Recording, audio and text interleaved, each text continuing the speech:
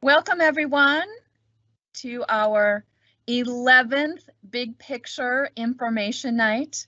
I am Bethany Spindler, the principal of the most amazing school here in Bellevue. Yes, I am a little biased because I love this school so much, and I'm eager to share all of the wonderful things that we do at our school with you this evening.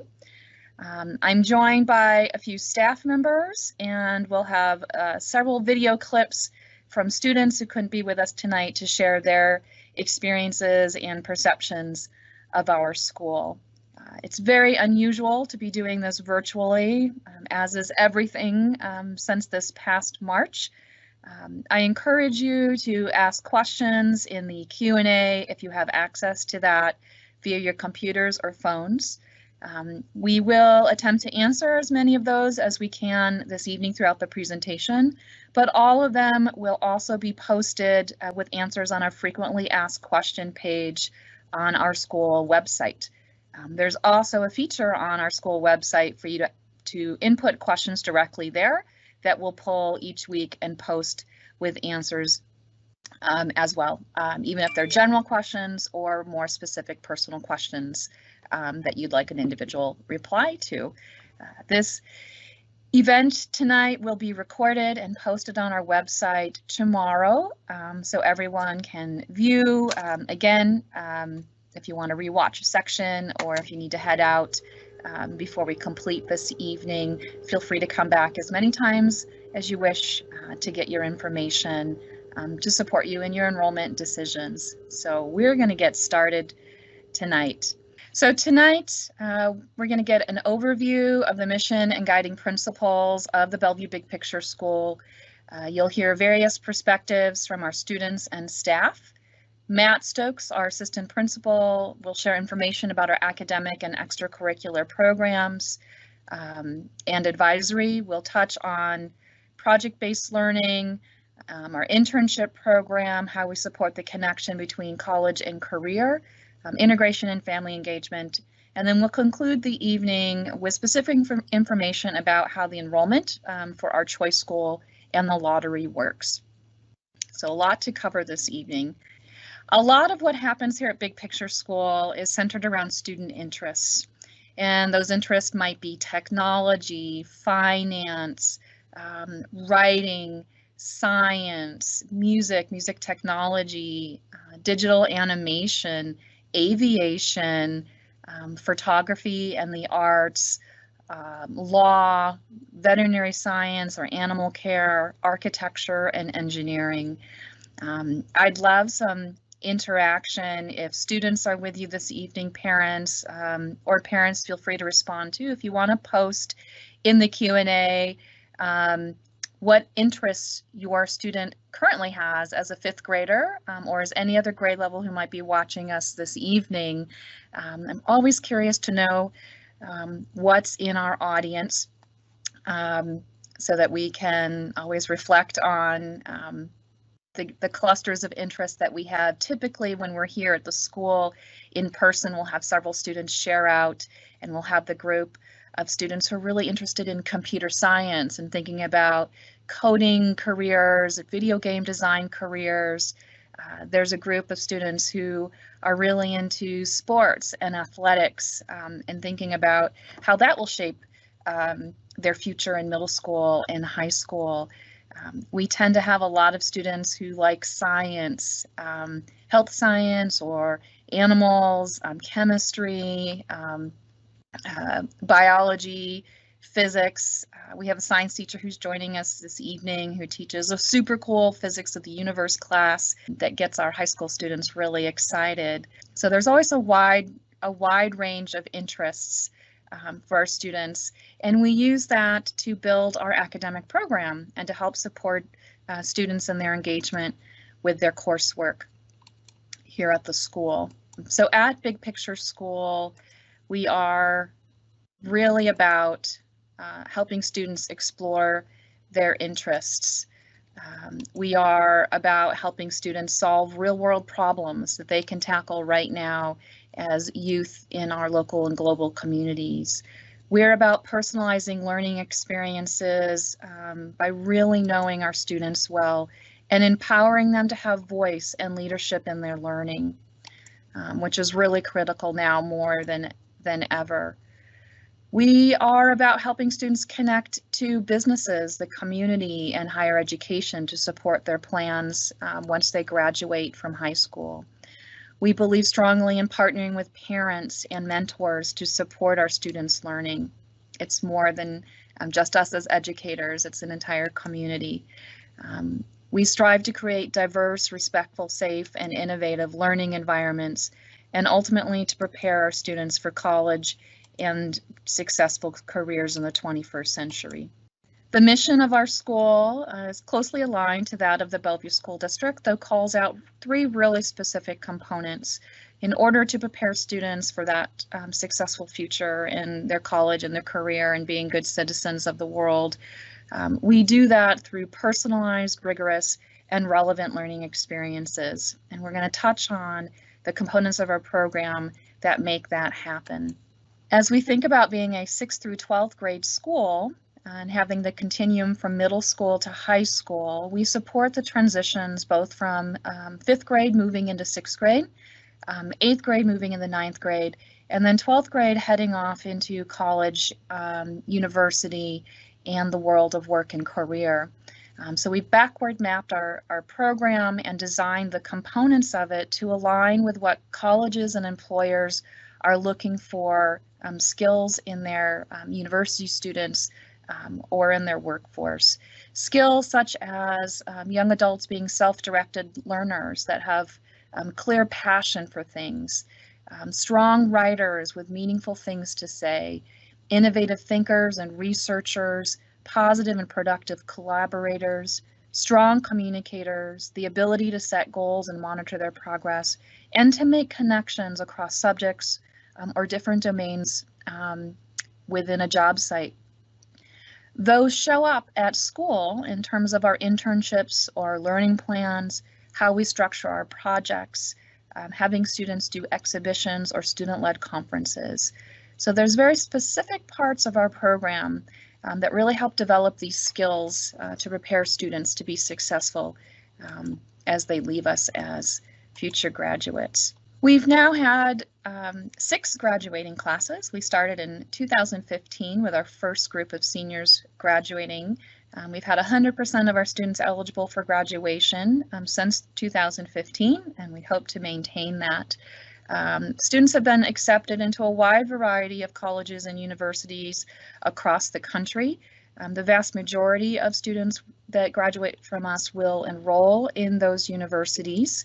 And we love hearing from them and communicating with our alumni when they come back in town, which is always a highlight for us to check in on their college experiences. Here's specific universities that our students have attended. Sorry about that. Several here in the Pacific Northwest. Some excerpts from students, 2 from the class of 2018 that we captured that really stood out to me at the time after they had graduated. One, as I'll read, today I learned that with all of my AP in college and the high school credits, I am classified as a sophomore at Hofstra University. This was really exciting for me because all of those credits were from classes that Big Picture offered, no Running Start or summer courses required. So it's a student who was able to graduate from us. She had been here since 6th grade and went all the way through to graduate in 2018 and is at Hofstra University and saved herself a year of tuition because she entered as a sophomore when she left us. Another student from that same class had a different perspective that I thought was just as fun and significant to share. He writes, "Hope everything is going well. I'm at University of Idaho having a blast. To be honest, my experience at Big Picture has definitely helped prepare me for anything.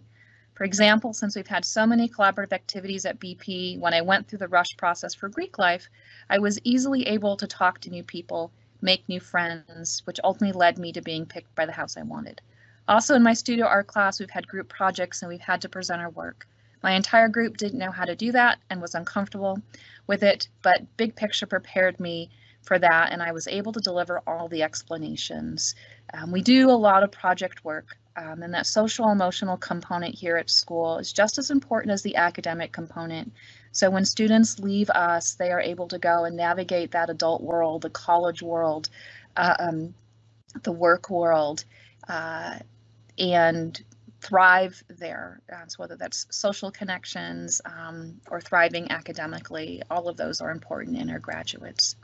Another quote that I find real meaningful was from Kai Eng. He graduated in 2017 from us and is currently a senior at Portland State University and just completed, prior to COVID, a study abroad program in Prague with a film and social justice major. Kai had won an Emmy when he was high school student for us for his role in a piece that he had helped produce. And then an article was written about him and put on the district website. And he had this quote, "I found a community," he's referencing our school, "where I could be at home and I could be myself and find out who I was." Kai started with us in 9th grade and really struggled as a student initially to know what was important for him, to be organized, to find school meaningful. And throughout his projects and his internship experience, he really discovered his voice.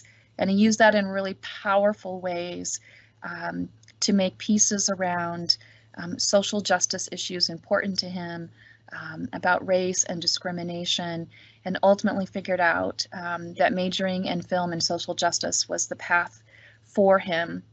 We have many students with similar stories to Kai's. It's such a strength of our school to help students discover who they are and put them on a pathway to capitalizing on that in their future college and career explorations. We devote a lot of what we do here to student leadership development, whether that be through our Students Organized Against Racism group, who co-leads professional development with our instructional leadership team and supports racial equity awareness here at the school, both with students and staff. We've had interns, high school interns in the past, work on restorative practices. We've also led professional development with staff. High school students that work in our district safety and security department, in our equity department. We've had interns help with peer mediation. There's students at all grade levels that lead clubs and activities and school events through our ASB. We had students start a nonprofit called Heart to raise funds to support arts here in the district, and they did that as an internship, and we're budding entrepreneurs. We've also had students intern with the sustainability ambassadors working on sustainable initiatives here within the school district and the local community. And there's many more that I can name around how our students are real, authentic leaders.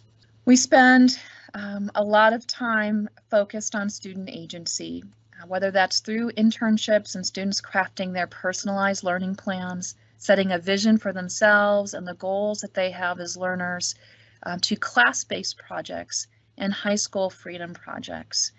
We know that developing strong young adults to lead change requires them to practice and have opportunities to do that in their middle school and high school years, to find that voice and to set goals and to further their growth mindset and improve their self-efficacy.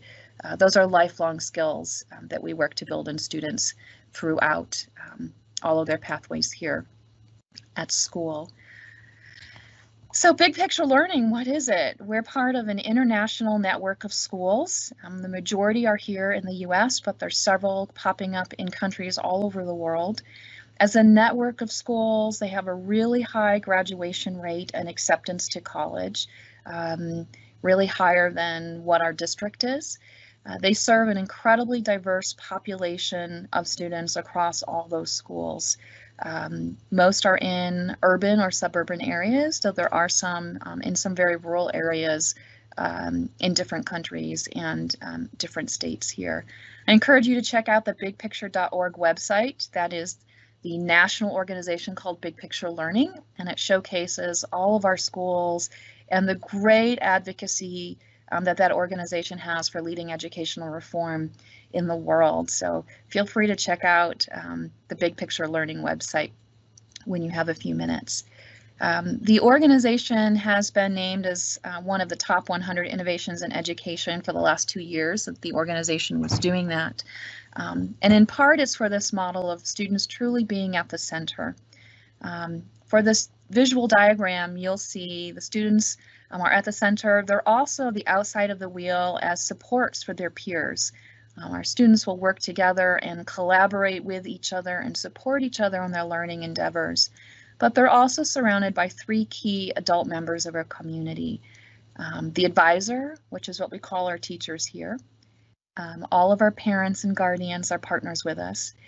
And then the red dot are mentors. So for high school students, all of our students will have mentors in the business community who support them in their internship endeavors.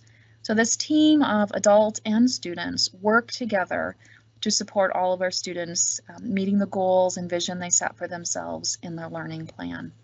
So what are the key features of our specific version of a big picture school?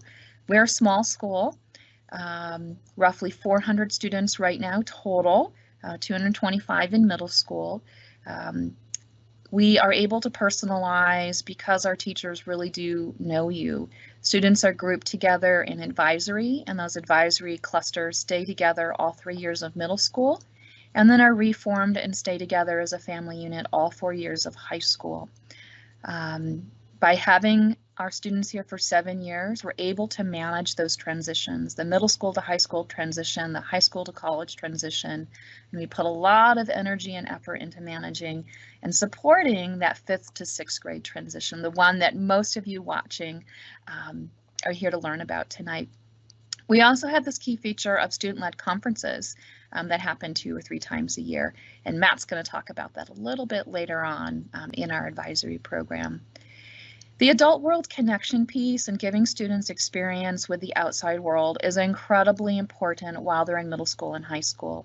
So for high school students, we'll have internships for them to get out and about. In middle school, there's college and career projects, and there's a variety of guest speakers and field trips when we're not during our COVID-19 pandemic times and we're able to be together and to get out in the community. We bring people in and we take our students out as much as we can to learn about our world and to interact with it. The third feature that we have, and those are partnerships with our business community members. All of our parents are strong partners in the educational relationship we have here with your students, as well as partnerships with our Big Picture Learning Network and the network of schools. We collaborate quite frequently around the region. Our fourth feature is our common intellectual mission, and this is what frames our academic program. You'll hear more specifics tonight about project-based learning, about technology, about how we approach assessment and grading practices and 21st century skills. Our staff are really, really collaborative in how they work together and plan together to support student needs. And we have a school-wide focus on racial equity and inclusion in all that we do. And the fifth feature of our school is this notion of shared leadership and responsibility. As the principal, I am ultimately the head leader of the school, the head learner at the school, but I share that leadership with our teacher leaders, with our parent leaders, with our student leaders. Students will lead clubs, they'll lead pick-me-up assemblies, they will lead all of our work around being an anti-racist school and restorative practices in social, emotional, and physical safety here on campus. So we believe in sharing that leadership with all stakeholders of our community. Our school was founded in 2011, so this is year 10 for us, and it was based on a lot of research and careful planning of characteristics that define small schools. And that ranges from being personalized and having a continuity of relationships so students don't fall through the cracks, setting high standards with clear focused on assessment and curriculum, and planning to make that happen by our teachers. It's emotional support as well as intellectual rigor. One without the other does not make for a healthy school, nor support the overall well-being of our students holistically.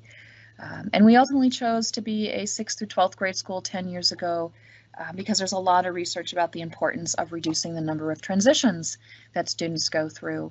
The middle school to high school transition can be a bumpy one for some students. So by having our students with us for 7 years, we minimize one of those key transition periods of time for kids. So now we're going to hear from some students and staff about their perspective at school. I think first up, we have a short video of what some former 6th graders said about their experience at Big Picture. So sit back and enjoy.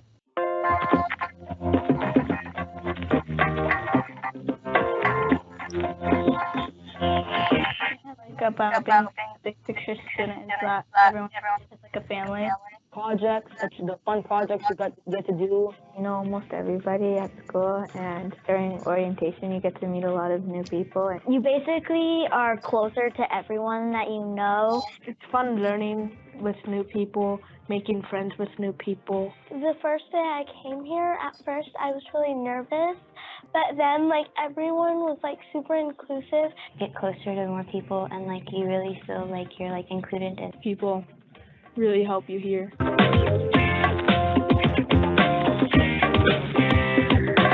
The best thing about the teachers at Big Picture is that they're really understanding and they really want to know about your day. They like to make the projects or the learning fun. They're really nice and they're always there to help you. If you need some extra help on something, then they can have a conversation with you about it.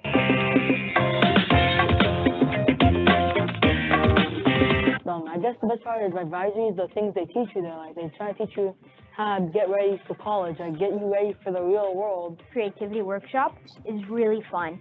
It helps you with organization and life skills and habits that you should keep. It focuses on what you want to do in the future. It's like a get-together. It prepares you for life.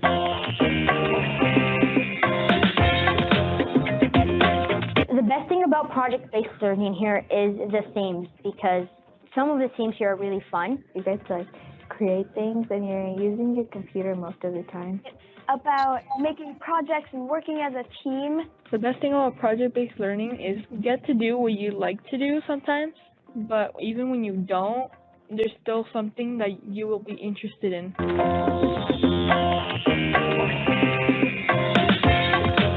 The best part about working in groups at Big Picture is that you get to meet new people around those groups, and it's not the same groups every time. Once you're older, maybe at like a job or somewhere else, you know, you might need to work in a group, and it helps you build those skills that you need to have in order to work with other people. You could do individual parts and teach each other, then it makes you learn easier. You can learn to collaborate with people and you can get to know people better. The community in Big Picture is really good. I really feel like I belong here. Everyone is super nice.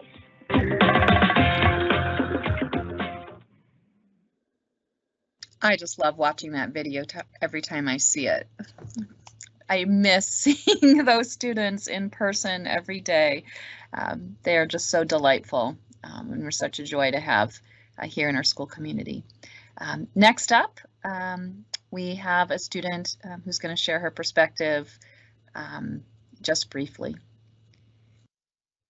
Hi, my name is Bethany. My favorite project is probably the LA Narrative Writing Story or the Social Studies Tsunami Project. A positive memory here is probably all the morning announcements that I did with my morning announcements team.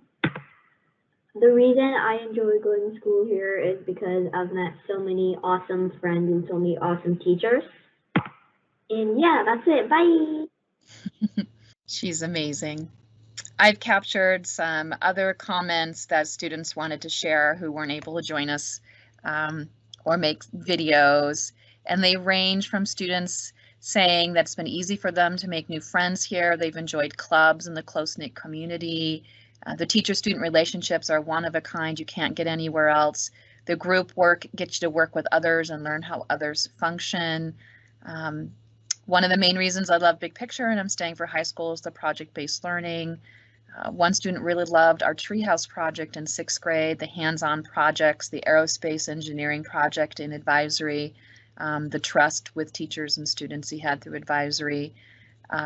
Small school close relationships coming up again, a computer hardware design project in the college and career project, and the mousetrap car projects in 8th grade physics. That is one of my favorites too. The small school easy transition, one lunch with all their friends together. I believe our next slide is a few high school perspectives that we have from students. The independence to direct learning, a safe environment to take risks, internships with our deputy superintendent and the city, Bellevue City Hall, networking connections, the relationship with students and teachers and class projects. Another student really liked being able to call us by our first names, the close-knit community, the Civil Rights Project for his internship, and working at Tri-Film. And our last high school student commented on her internships at Samina and Foundry 10. She really felt the social aspect of the school was very friendly and more like a family. She participated in peer mediation in a leadership class and loved to collaborate. So it's many wonderful things when you ask our students of what they most connect with here at our school. I believe next up, we're going to hear from our fabulous middle school counselor, Jamie Ginter, who has been here from the very beginning in 2011 with me. So Jamie, I'm going to turn it over to you to share your perspectives about our school. Hi, thanks so much. I'm so excited to be able to talk about Big Picture. I've been here, she said, for 10 years, and I've been an educator for 18. I've worked in a lot of different schools in Bellevue, and we have a lot of great schools in Bellevue. However, I'm pretty firm this is the only one I'm going to work at going forward. I travel from West Seattle when we're in school, and it's absolutely worth it. As a school counselor, I am very aware that one of the best predictors of overall life satisfaction and health is our connections to one another and our relationships. And so being at a school that values relationships and puts that really at the center of learning is just something I can completely get behind and believe in. So I just love our school for that. We have a wide range of learners. I love learning and meeting kids who learn differently and supporting them through that. And one of my favorite things that kids say when they come to our school is, well, school was okay before, but I really like school now. And that just warms my heart because I do my work to help improve the lives of kids and make their school experience as positive as it can be. Puberty can give you a run for the money sometimes. And I'm happy to walk along with the kids through that process and support them however they need. So I hope you apply. It's an awesome school. I'm going to pass it over to Clinton Stelfox. Yeah, me. I teach high school science, so I teach chemistry and physics of the universe, as well as being a high school advisor. I'll cover a few things. One is the school culture, kind of like Jamie said it really well. I can't imagine teaching at any other school in Bellevue besides Big Picture, and like pretty adamant about that. And like I think the best way to summarize our school culture and community is that it's more than a school, it's a family. And like it sounds, you know, it sounds like it's like a sales pitch there, but I genuinely firmly have seen tons of evidence that the school is more like a family than it is a school. And one bit of evidence is just like, I think our attendance, even in this online environment, is pretty high across the board, which I like my classes today, I think I've missed one student total. And that's, yeah, like there's like the level of accountability within the students and the teachers to hear each other's voices every day or every class meeting. And I think that's helps with that, getting everybody there. As far as project-based stuff at the high school level, again, I teach high school science, so I'm going to talk about high school science projects. So in chemistry, my favorite one is that we actually historically have made escape rooms. Students develop and market chemistry themed escape rooms. And additionally, in chemistry, we actually study some oil spills and learn about how different, like oil and water don't mix and polarity of substances, to then propose new ways to clean up oil spills that are more environmentally friendly, and actually present that, again, historically, to representatives from the State Department who clean up oil spills. As far as physics of the universe, which is a class that is tied to Astronomy 101 credit from University of Washington, so students can sign up for Astronomy 101 credit. Stuff like they actually right now are learning about specific topics and then designing and teaching 2-day-long units. They even are making assessments for each other about those astronomy-themed topics. Internships wise, this, like, I was just looking at our list of students with internships right now in the online world. So despite the pandemic, we have students doing internships, virtual internships, anywhere from designing video games to creating photography portfolios, engineering, working with engineering firms, working with museums. We have, I think someone said this earlier, I think Bethany said this earlier, we have students working on like district level teams, like safety and security teams. We actually have 2 students working on the school level safety team with Matt and I, and our nurse Erin. So like there's the internship part, I really cannot speak highly enough about, because the students are getting real life experiences from adults who aren't their teachers or their family. And I think that has some incredible value to it. And they learn life experiences or life lessons that many of us don't get until we're out of college. So I believe our high school graduates are a bit more prepared for the real world than your average high school graduate. So thanks, internship program. I'm done talking now. Back to you, Bethany. Thank you, Clinton. That was amazing. And having been a former science teacher in my past career, I again will admit my bias. I really do love that physics of the universe class. It's a blast, and Clinton is a phenomenal teacher and advisor. So thank you for coming tonight, Clinton. I really appreciate it, and to Jamie. I'm now going to turn it over to my co-pilot, Matt Stokes, who began his teaching career here at Bellevue Big Picture School several years ago. And then I grabbed him back from New York City last year to join me as my assistant principal. So he's going to spend a few minutes with you this evening talking about our academic and extracurricular program. Matt, go ahead. Thank you so much. Thank you, Clinton. Great to hear from Jamie as well. And it's a real privilege to be here. As Bethany said, I did start as a big picture teacher here years ago, so it's a true honor to introduce some of the academic and extracurricular programs here. I was a former math teacher, former math club advisor, and planner of a field trip to Safeco Field for the entire middle school, so these programs are near and dear to my heart. So we're going to jump in with the middle school program. So this window here shows between 6th and 8th grade, our curricular transition. And so some things to note: that the advisory is really a foundational experience for students to have a home base and a relationship with the teacher there to help connect everything that's happening both in school and in their lives. We have a growing list of elective options between 6th and 8th grade, and although science is listed here 3 times, the experiences in those science classes are dramatically different from 6th to 7th to 8th, both in terms of the scope of the content as well as the projects and experiences students are part of. So We'll go on to our high school program here quickly.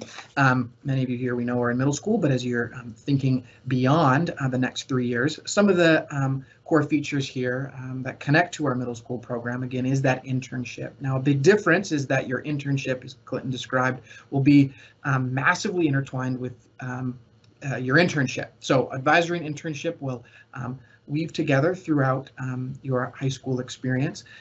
We have a 9th and 10th grade loop between Honors English and AP Human Geography. Helps to build community, some continuity, and interdisciplinary opportunities between those two core subject areas. And students have an option to participate in a range of AP classes from AP Art, Calculus and Stats, Environmental Science, and Human Geography.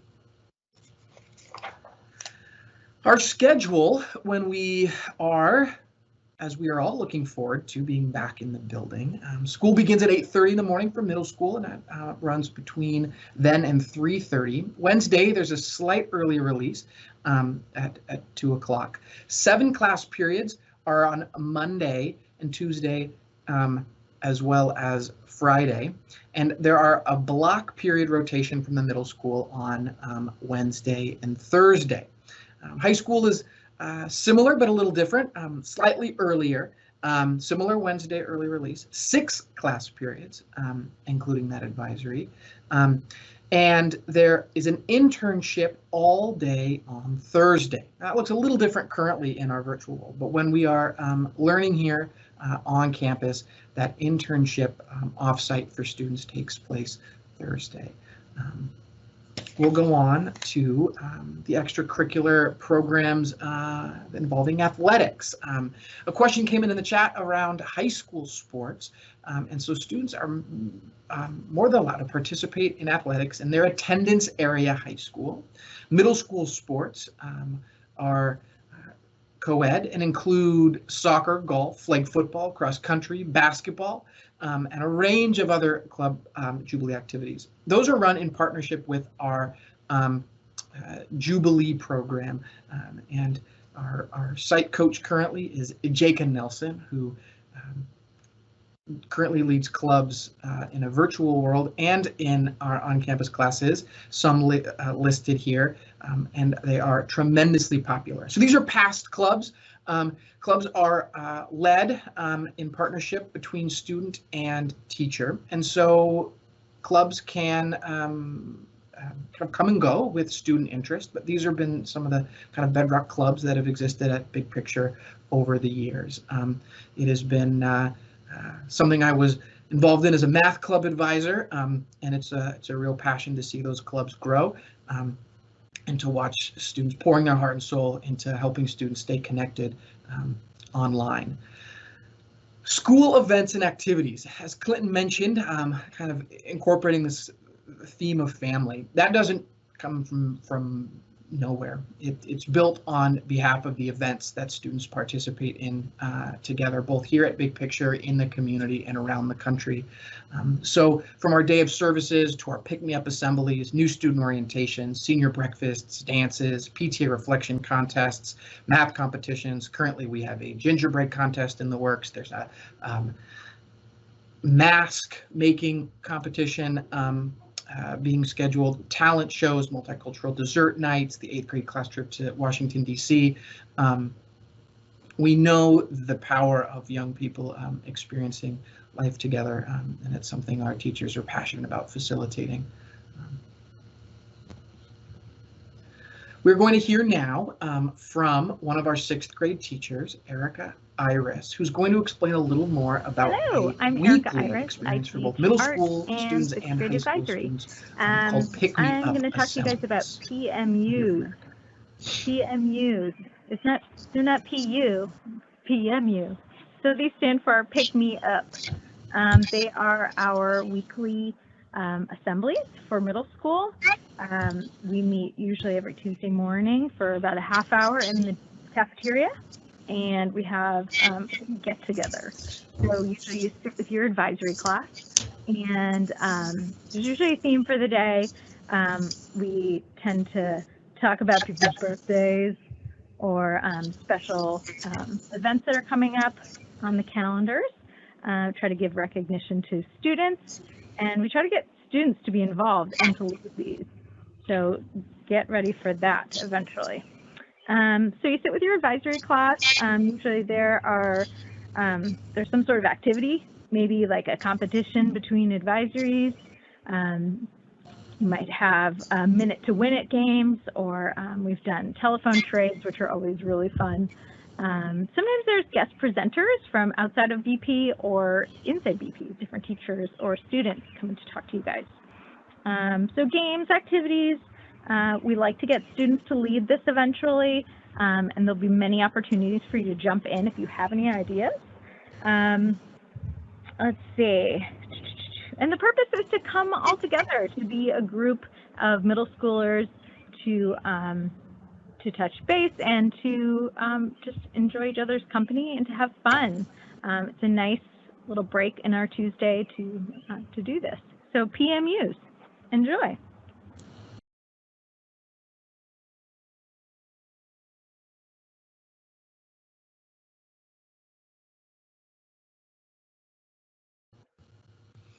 Thank you, Erica. Here's some photos from our high school pick-me-ups. And I want to highlight a point that Erica made, that it is an opportunity for the entire school to, in a sense, pause together and then fill that with anything from the opportunity to laugh, sometimes the opportunity to win a competition, sometimes the opportunity to root on your teachers, participating in something that might have started as competitive that then ended up really funny. And it's also an opportunity for us to bring in guest speakers and fill that space in a way that helps us better see our place both locally and globally. As you can see here, there's no shortage of smiles. It truly is a place that teachers have poured their heart and soul into allowing students every week amongst all of the things happening in their life to just slow down and enjoy. We'll incorporate in those PMUs our Spirit Weeks. That has transcended time, and it's something that students love to be involved in, whether we're celebrating tie-dye or 80s outfits or the future collegiate involvement. We want students to have a space and place to express themselves. We're really fortunate in that we get to support students through the transition of 8th to 9th grade. And so this isn't something that's done passively. And the Welcome to High School event is incredibly exciting, in which the 8th grade students transitioning up to Big Picture High School will meet their advisories. Now, the high school advisory program is not specific to grade level, so students have the opportunity to learn alongside 9th graders all the way up through seniors. And so this event is where we invite 8th graders into their freshman advisories. They get to meet the students that they're spending currently 3rd period with every day, learning from each other's internships. And so it's just a massive celebration and a ton of fun for our 8th graders to be welcomed so wholeheartedly into the high school program. The mentor breakfast. I've had the opportunity to mentor 4 Big Picture high school students, and it is an opportunity for us to invite all of the adults in and around King County and Bellevue, and as in a virtual sense, potentially the country and the world, for us to say thank you and invite them to meet families and teachers, celebrate the investment that the community is making in the lives of our students. It's an incredible recognition. We want to honor the pathway of freshman through senior year through 2 distinguishing events. We want to include juniors and seniors in a prom, and then we want to offer each year the opportunity for senior recognition. I can promise you, in these senior recognitions and these senior retreats, it's not uncommon to have tissues there. Teachers are sometimes pretty sad to watch students transition out. It's incredibly emotional, incredibly impactful. to reflect on the amazing growth of Big Picture High School students. One of these events, we described kind of the transition into high school, and we also want to honor the transition out. And so we've stepped aside from the Big Picture campus with our seniors to different locations to allow students to spend a few hours together before transitioning on with their life. We're going to talk a little bit about some of the big picture design features, some of this overarching pedagogy that helps drive the thinking around all that we do here. And we're going to start with, as a former Big Picture advisor, the advisory program with a current middle school advisor, Laura Walter. I'm Laura Walter. This is Jackson. He's my 3.5-month-old. We're in his nursery right now, so bear with me. So I'm going to be talking to you about advisory. I am one of 3 advisors for the 6th grade. So there's me, there's Erica Iris, and there's Michelle Turner. So what is an advisor? An advisor is kind of like the parent at Big Picture while you're at school, if you will. So our role is to support you, to help you with a lot of different skills like organization. We help you with your grades and making sure that you're getting everything that you need. We're also kind of the communication in between home and the school. So you'll actually do your student-led conferences through your advisory or with your advisor. Your advisor is also going to be your teacher for advisory class during 7th period. What is advisory class? So advisory class has a lot of different roles. The first one being kind of a support group. So your advisory is kind of seen like a family. You come up with a group name, you come up with a mascot, and the group travels together from 6th all the way to 8th grade. So you get to know each other really well. The first few weeks, usually we just kind of help with the transition into 6th grade. We learn all the different technology, how to use your computers, how to use them correctly and safely, how to use OneNote, OneDrive, Teams, all of those different programs that you're going to be using on a regular basis at Big Picture. In addition to doing technology, we also do projects.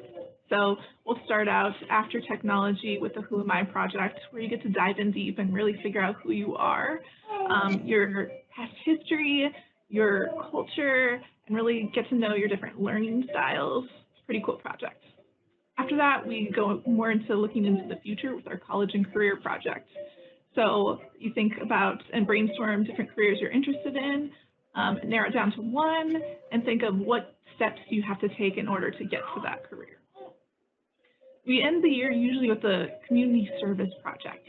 So that project is looking at ways that you can help out your community locally.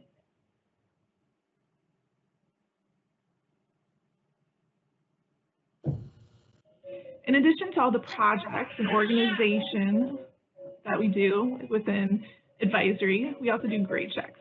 Grade checks usually happen on Friday, and it's a great time to brainstorm and create different goals for either maintaining or increasing those grades.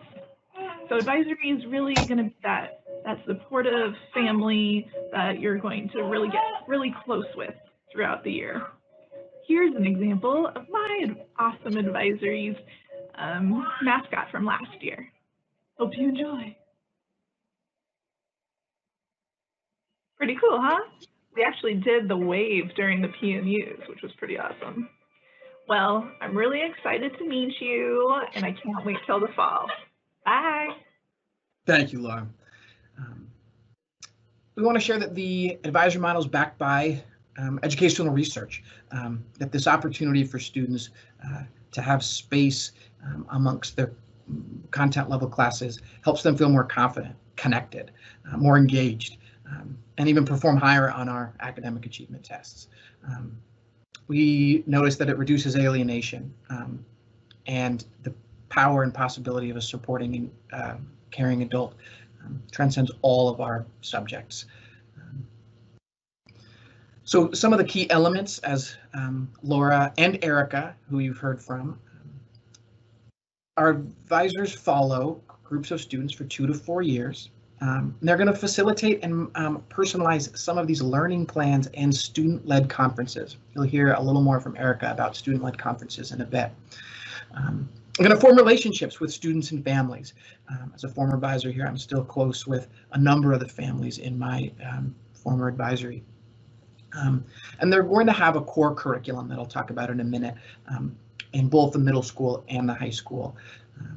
And there's a lot of work in helping our 6th grade advisors think specifically about that 6th grade transition from 5th to 6th, and then an advisory group that helps students through 7th and 8th grade.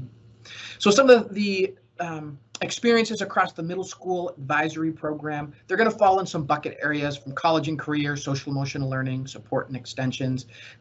And some of the through lines there will be things like our service projects and pick-me-ups.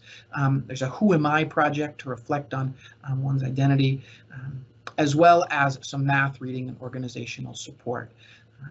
The high school program is grounded by that internship. But alongside that will be some community service projects. We'll also have students leading our pick-me-up assemblies. We'll do a great deal with our counseling support through our college and career. Next week, we'll hear from our high school counselor. Those include our Naviance lessons, career interests, PSATs, practice ACTs, senior college essay writing, supporting social and emotional learning, and then goal setting. How do the experiences here help us vision our life for the future? A current college student I'm still close with talks a great deal about why he's doing and what he's doing from his internship in physical therapy here. I think there's a few pictures here with our middle school college visits. As most of us can attest, as a student, middle school and high school feels like forever, but it really flies, and we want our middle school students to understand what this is all about and what is ahead. And lastly, before I pass it off to Bethany, Laura described this incredibly impactful day of service, and I remember each of my opportunities with our advisory program on our day of service distinctly. And what I think is most important here is to help people see that they can make a positive impact, and both on their community as individuals, to help them see their power and greatness, both now and in the future. We're going to talk a little bit more next about the internship program. Thanks, Bethany, for having me here, for giving me a start as a teacher years ago. This program has changed my life then and now. And, privileged to be here. Back to you, Bethany. Thank you so much. The last third of our evening, I'm going to talk about our Learning Through Interest, or our internship program. Godfrey Drake and Barb Mercer are 2 of our staff who support that program, either as our internship coordinator or a community partnership coordinator.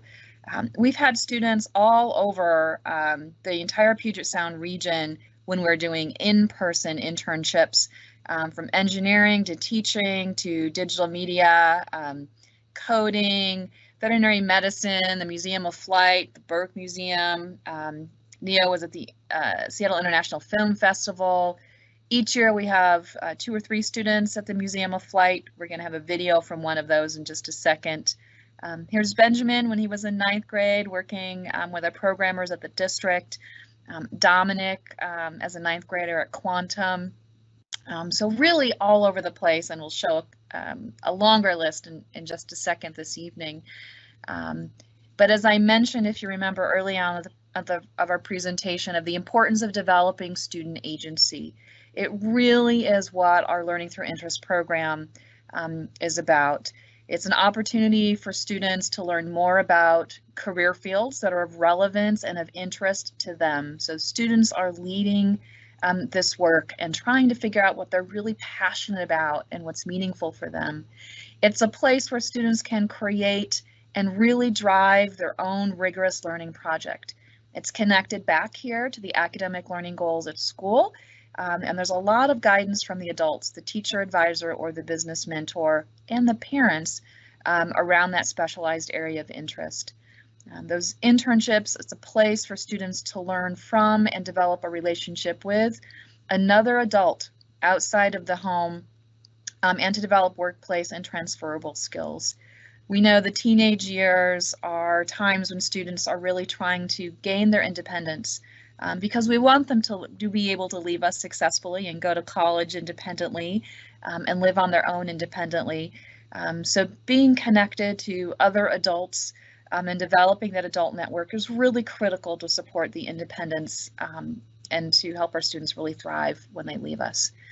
5 specific outcomes that we have for our internship program include gaining 21st century skills in real world settings. So beyond classroom theory, what does it really look like to collaborate in a job setting? What sort of communication, written and oral, do you need to have in a workplace? How are you managing your time and meeting deadlines? What's quality work when you're now with a group of professionals that have to deliver and meet certain expectations beyond a teacher? Another outcome is connecting real work to academic learning goals. So how do they see empirical reasoning or science, quantitative reasoning and math, communication and social studies, or social reasoning show up in how we all do our everyday jobs? We want students to have a better idea of different pathways to take through college and into long-term careers. So whether that's 4-year, public, private, 2-year, trade, tech, international study, there's so many different ways for our students to explore their passions and to get credentialed, to have successful careers, and to be happy. We want all of those to be available to them and for them to be able to be in the driver's seat to make those choices. We want students really to be engaged and empowered in directing their learning.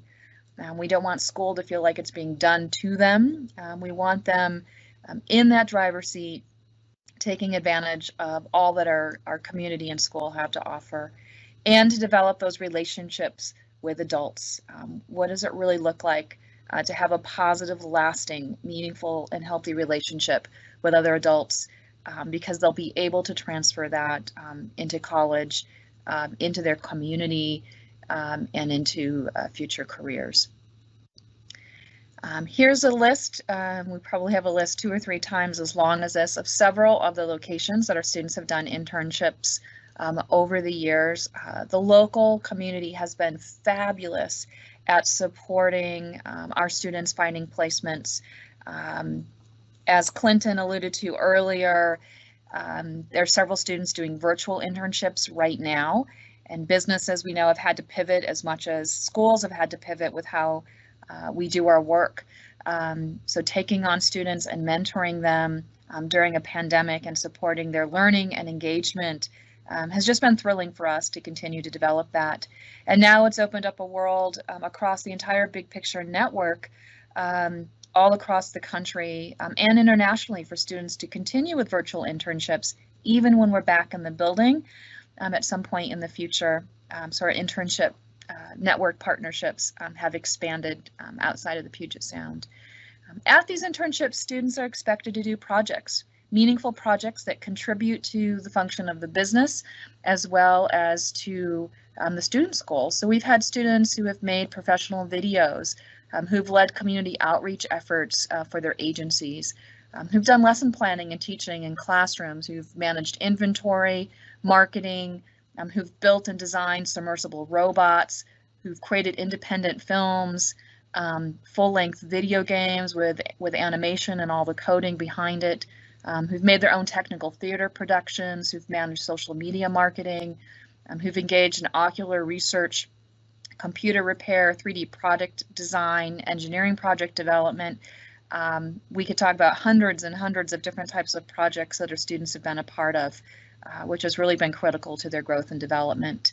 A couple that have stood out over the time here, Anjani produced an original film that received an IndieFest award. She was also on New Day Northwest. She's now studying film in college. And then our Fab Four, Victoria, Anjali, Joey, and Bella, they formed their own nonprofit. They're all in business and marketing or entrepreneurship majors at their colleges right now. We just heard from a few of them recently of how they're doing, which is great. They set up their own website, procured art, managed the auction, learned a lot about business and finance and social media and what running a nonprofit is really like. We just love it when students take on their own initiatives and are budding entrepreneurs out there. They just blow us away with what they're able to do. We're going to spend a few minutes listening to Nick when he was a student here. One of his first internships was at the Museum of Flight. So we're going to hear what he has to say.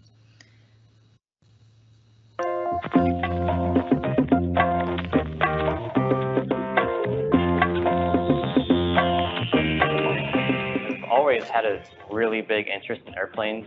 And my dad had a really big influence on this, considering the fact that he works at Boeing. Every time I came here, I remember I loved seeing and being surrounded by all these aircraft and inventions. Being here, learning about them, and just being with and around them is just a great feeling. Nick is a great intern.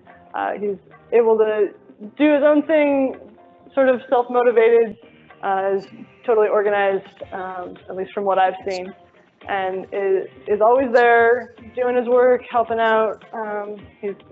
We've roped him into a couple of things. Hey, you're a token young person sitting around the office. What do you think of this activity? Do you like it? Is it cool? And he's always willing to give his feedback, so it's great to have him around. What part of the museum I am in is called the Living History, where people, mostly volunteers, dress up in character as I am now and portray a person from history, real or fake.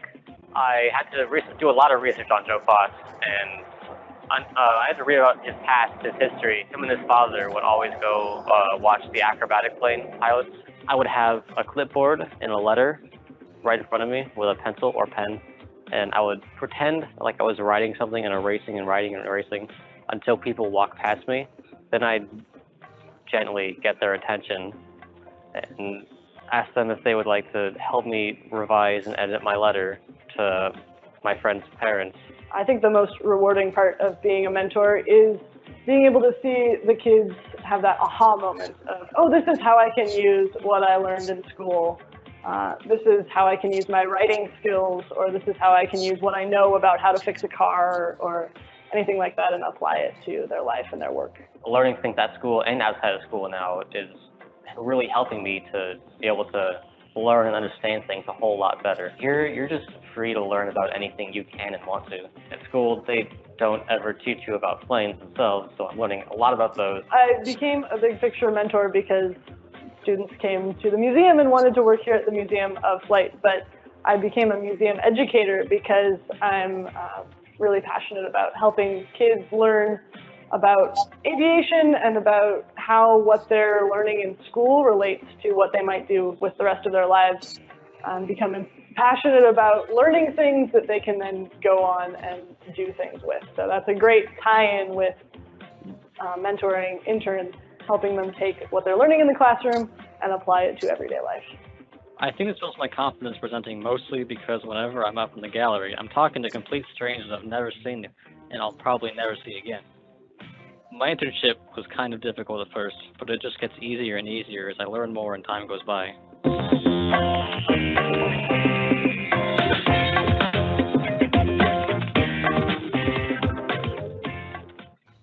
It never gets old watching that video.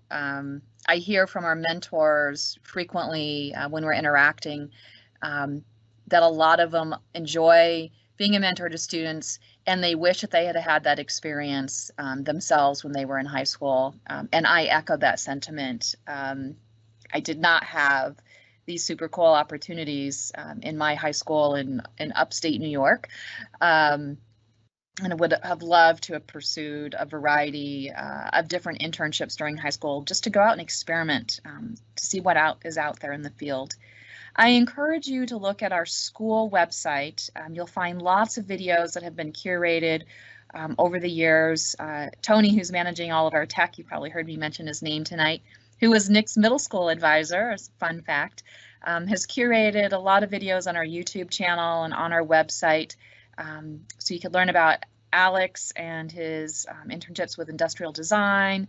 Anna had a variety of internships and is pursuing nursing. Camille had several in the veterinary medicine field, as well as Sienna. So there's stories and videos about several of our students on our website. We just love showcasing our amazing students. So please go there and check out if you want to watch some more videos over the next few weeks. And next up, I think we've already met Erica, but she's going to talk a little bit about PBL. We're going to shift in talking about our academic program, that stands for specifically about project-based learning. So Erica is going to kick us off with that. So you remember back in the day, you would take tests and quizzes to show that you were learning the stuff the teacher was teaching, right? Here at Big Picture, instead, you'll be making a lot of projects to show your learning. You'll take tests and quizzes too, but the big new thing for you will be making projects. Be prepared to work collaboratively. A lot of our project work is collaborative based, so you'll be working with a bunch of your peers on a project. Also be prepared to think creatively. You get voice and choice a lot of the time, so you get a grade on creativity, and you get to show what you do best. Let's see, what else? Going through my list, I have a little list here. So you'll get to show your learning and what you've got out of lessons through a project. It lets you showcase your work, and often there's a public product at the end. So your project is the product. It's either shown to the public of Big Picture, so like in school with other peers and other classes, other grade levels get to see your work, or often you present to people who are outside of Big Picture. So sometimes we have guests come in from various companies or organizations to come see what you've done. So that's pretty cool that you get to show off in that way. Yeah, so project-based learning, most of your classes you'll be doing that in alongside of quizzes and tests. This is a big part of Big Picture, is project-based learning.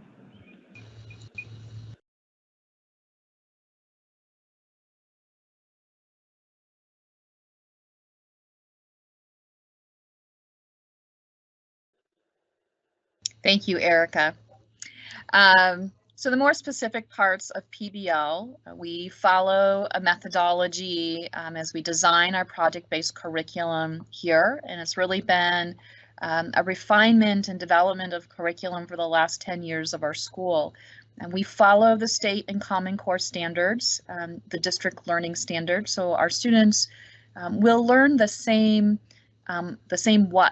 content that's covered in all the schools. It's aligned in that way. What varies here is the how. So we have restructured a lot of those standards and grouped them into different units that are compelling, with engaging questions, with design challenges for students. They'll often be open-ended and authentic problems. The content learning is motivated by the need to solve that question or the problem, or to understand more fully what's being asked. Every student's role of the group is necessary for the group to be successful. Most projects are in groups. I have one other person, 2 or 3 other people. Some are individual and independent, so they'll get a mix of those throughout the years and across the grade levels. And then there's always a final product, which could be that they're actually making something like a 3D model, a video, a design, an animation, a poster. It may be that they're giving a presentation, or they're writing a paper or producing a book or short story. So this framework that I mentioned that we use is from the Buck Institute, and it's showing that there's sustained inquiries, a lot of research in our projects, and students asking the questions. We want the projects to be as authentic as possible to the subject standards and to the lives and relevancy of what's going on in our world. You heard Erica mention voice and choice, so students will have choice within each project, and that'll look different from what we do in 6th grade to what students will do in 12th grade. So they might be given 3 things to choose from. Within this project, you can either make a video or a podcast or give a presentation. It may be that everybody is doing a presentation and a video, but they get choice of the topics or the roles that they're going to have in the group. So there's several examples of some super cool projects that we've done over time and partnerships that we've had with individuals and organizations to support those projects, either in the design or in the panel presentation, or in deepening students' understanding of a topic through field trips or research. So lots of cool projects. Several of those are showcased on our website as well. Some of the coolest in 6th grade, again, when we were in person, was the Treehouse Project, where students would go to Treehouse Point. We work with architects in a 6th grade math unit as they're studying proportional reasoning. They'd have clients where they had to build model tree houses and use tools in our makerspace to design these tree houses after ones that they had seen in real life, but they had to meet their clients' needs. So each year I had a few model tree houses as I was a client, and it was just great fun. Our 6th graders have also gone to the Mercer Slough and done science work at the Brightwater Treatment Center. They've done public service announcements. We try to have them out and about as much as possible where it connects with our standards. In high school English class, I think one of the funnest projects that I've seen is the Catcher in the Rye project, where students will read the novel. We've partnered with a group of psychologists and psychiatrists that serve to help our students understand how to diagnose mental disabilities, and they think about the main character in Catcher in the Rye through that lens to try to use textual evidence from the book to support a diagnosis that a psychiatrist might give the character. So it's a fun way to teach students how to really read deeply and how to use evidence to support an argument, but to have that with professionals. We've done a fish feminization project in 9th grade biology in the past, where students have studied the local English sole here in the Puget Sound, and actually learned about xenoestrogens and why the fish are switching gender, which is an interesting phenomenon. And then they've created infographics. So that's a couple examples of student work of infographics they've used to share their understanding of that phenomenon. We're going to hear right next Bailey Edgley, our middle school science teacher and advisor, about some of the cool projects that she does in One of middle the school things I science. love about Big Picture is we're a small community and we get to know students and their families and staff very well. Some of the families I'm working with this year, I've had 1 or 2 of the older siblings, but I really like that we get to know students and what works best for them and how best to support them. Some of the really cool projects we do in middle school science, we have a Rube Goldberg project where you make your own Rube Goldberg device. When we're on campus, we make a mousetrap car for 8th grade science. When we're off campus, we do some virtual things. But in the 7th grade science, also, you have an opportunity to study chemical reactions, and you got to study plate tectonics and the rock cycle. One of the 7th grade projects is actually called Rock Show. You get to adopt a pet rock and parade it around like the pet show, those famous pet shows where they walk it around. You get to do that with your rock, and then you make up a life story for your rock and how it went through all the different parts of the rock cycle. So, Big Picture is great. Nice to meet you.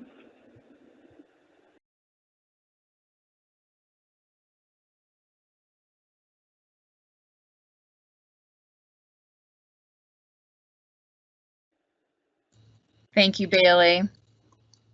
I do love those middle school science projects too.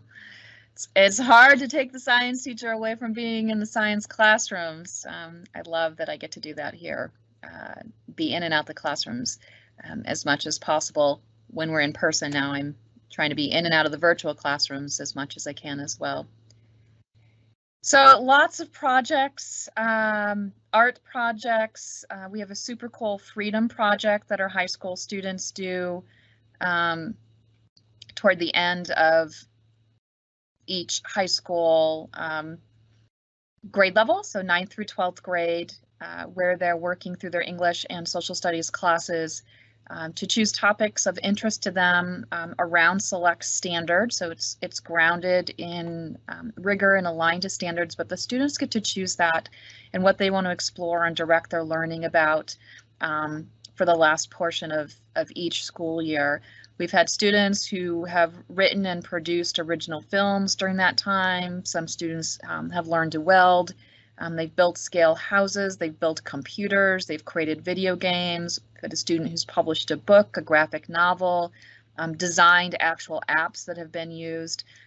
It is such a highlight in the spring to go to our Freedom Project Exhibition Day and just witness all of the really cool things the students have directed their learning. It's another example of how we're increasing student agency with students being able to determine what they want to learn and to go out there and get it.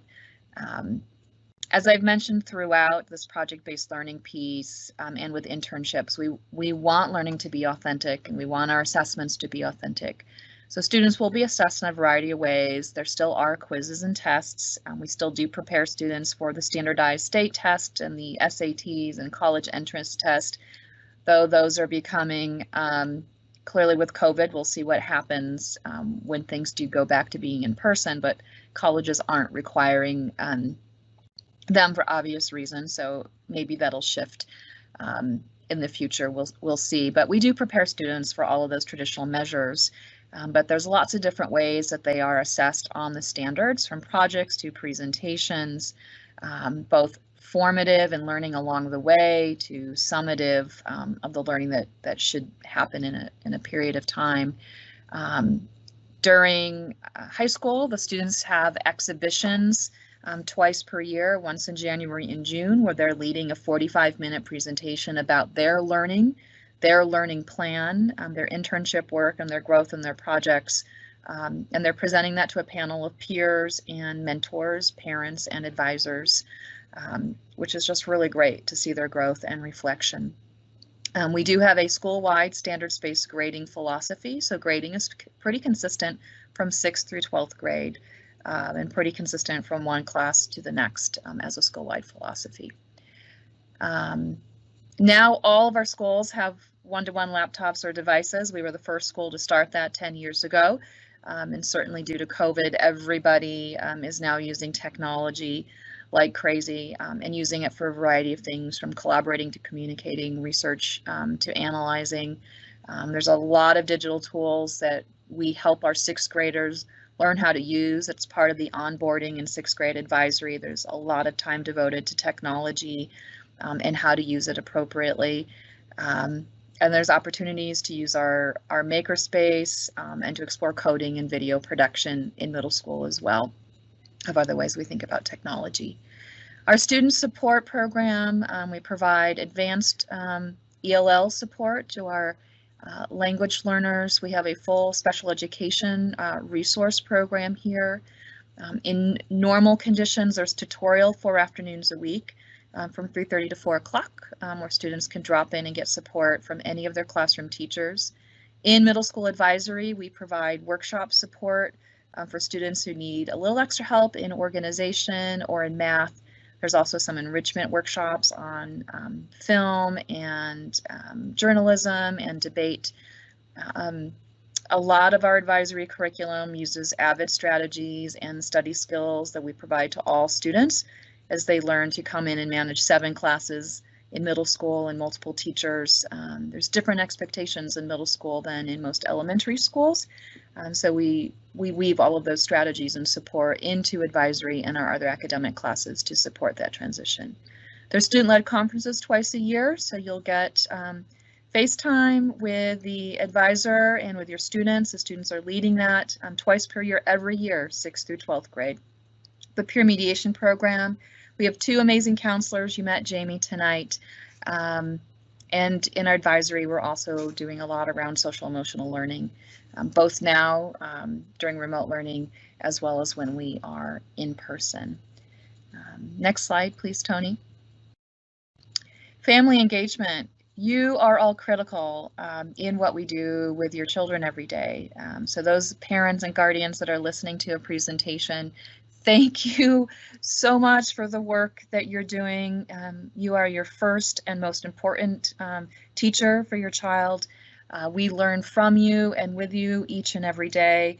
We really do believe sincerely in partnering with you and building on what's working for your child and what they're interested in and what your values are as a family.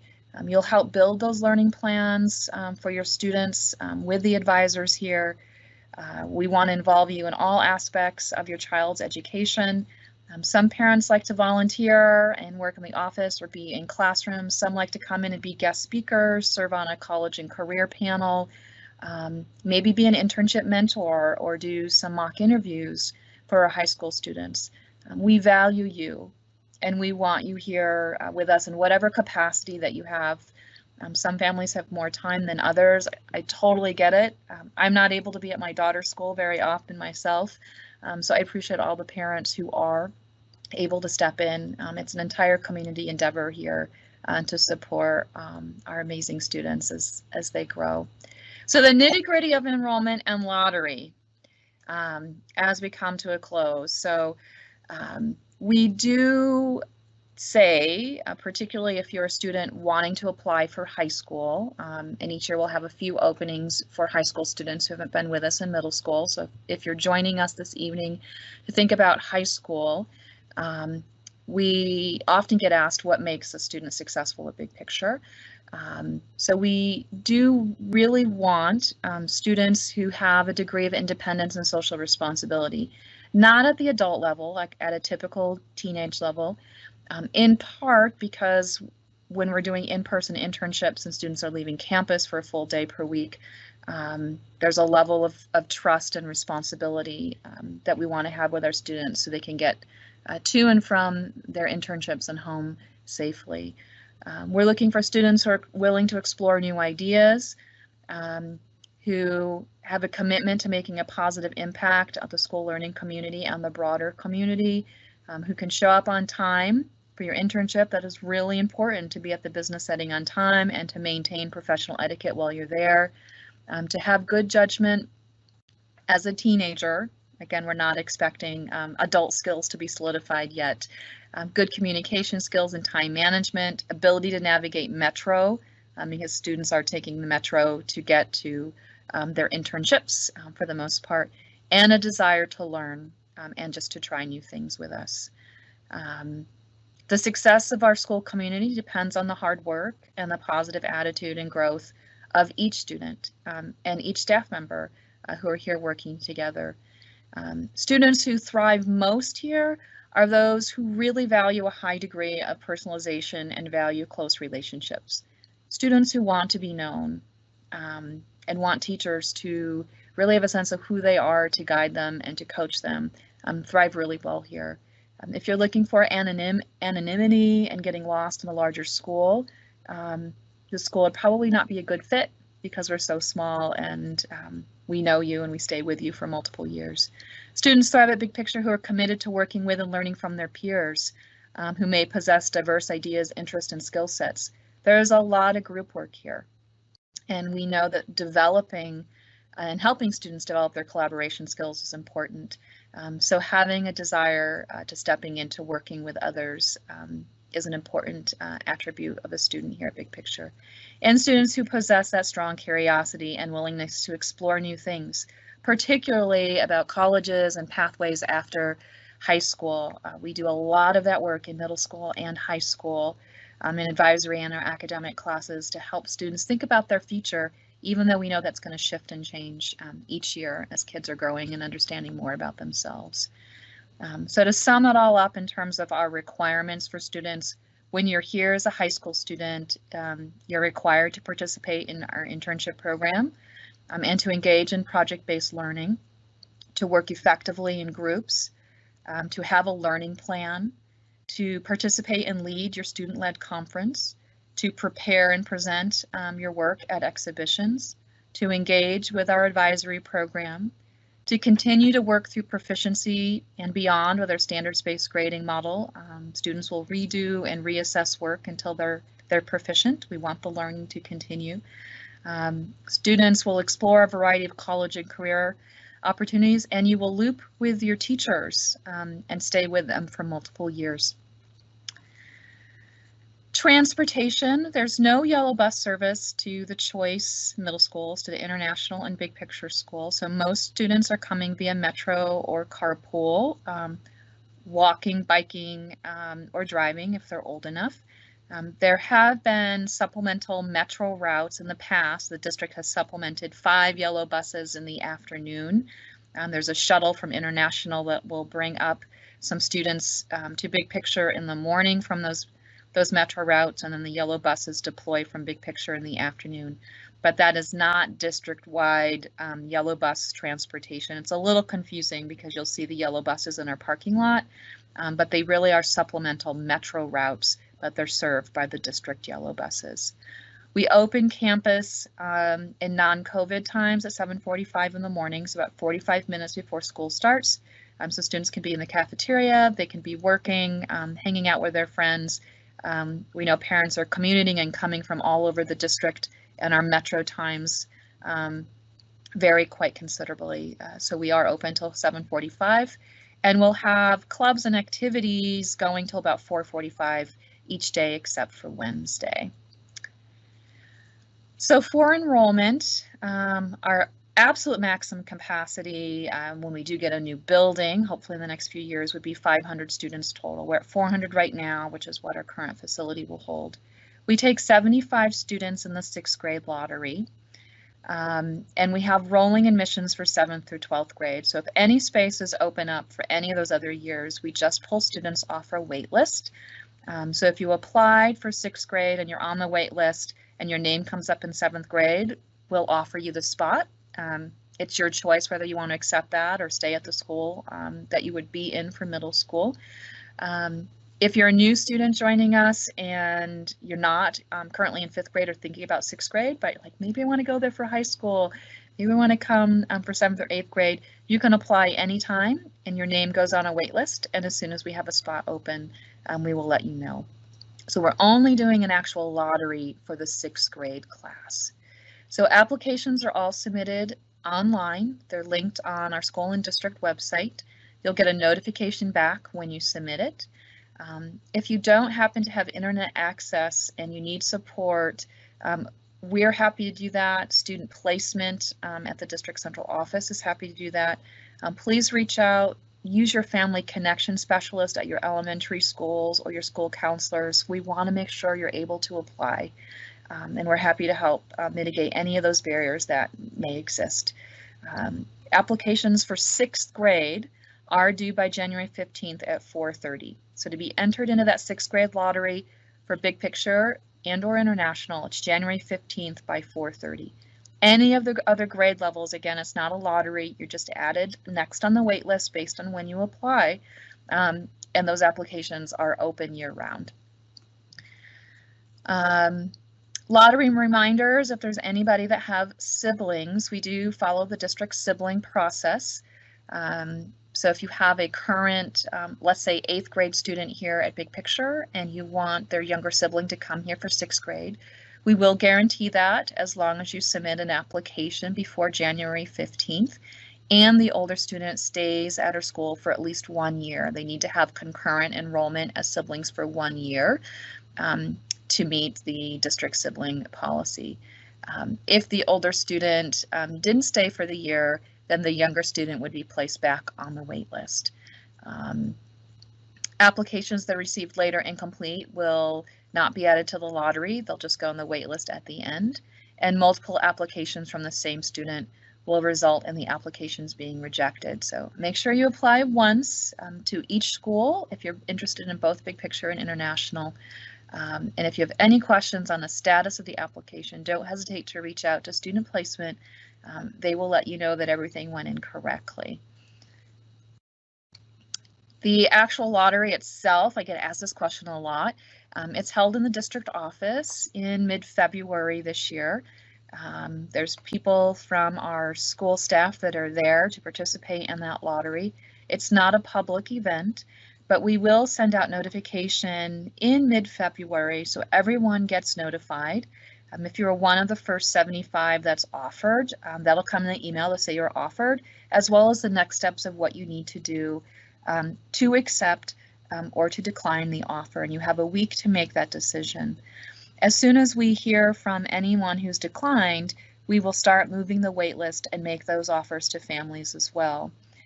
Those of you who would be on the wait list, you get that notification in February, and you'll know where you are on the wait list, both in terms of the overall wait list and our attendance zone wait list. We do a lottery that's different from the international school. Theirs is just a general lottery. Ours we do by attendance zone. We take 25% of our students from each of the 4 geographic zones in the district. So 25% will come from the north attendance zone, so all the elementary schools that ultimately feed into Interlake. 25% come from in the east zone, which is the Sammamish High School zone, 25% from the south zone, which is the Newport zone, and 25% from West Bellevue, which is the Bellevue High School zone. We give preference for students who are free and reduced lunch up to the district average, which is about 20%.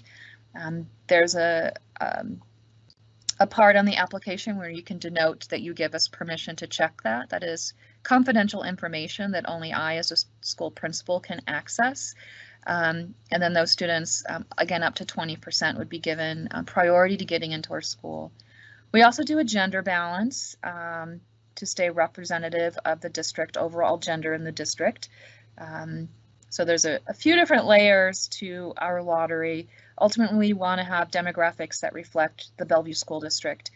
We have students here from every elementary school in the district. We have several students who have been homeschooled or have gone to private schools in the past, so we're pulling from quite a diverse array of students here in the school district.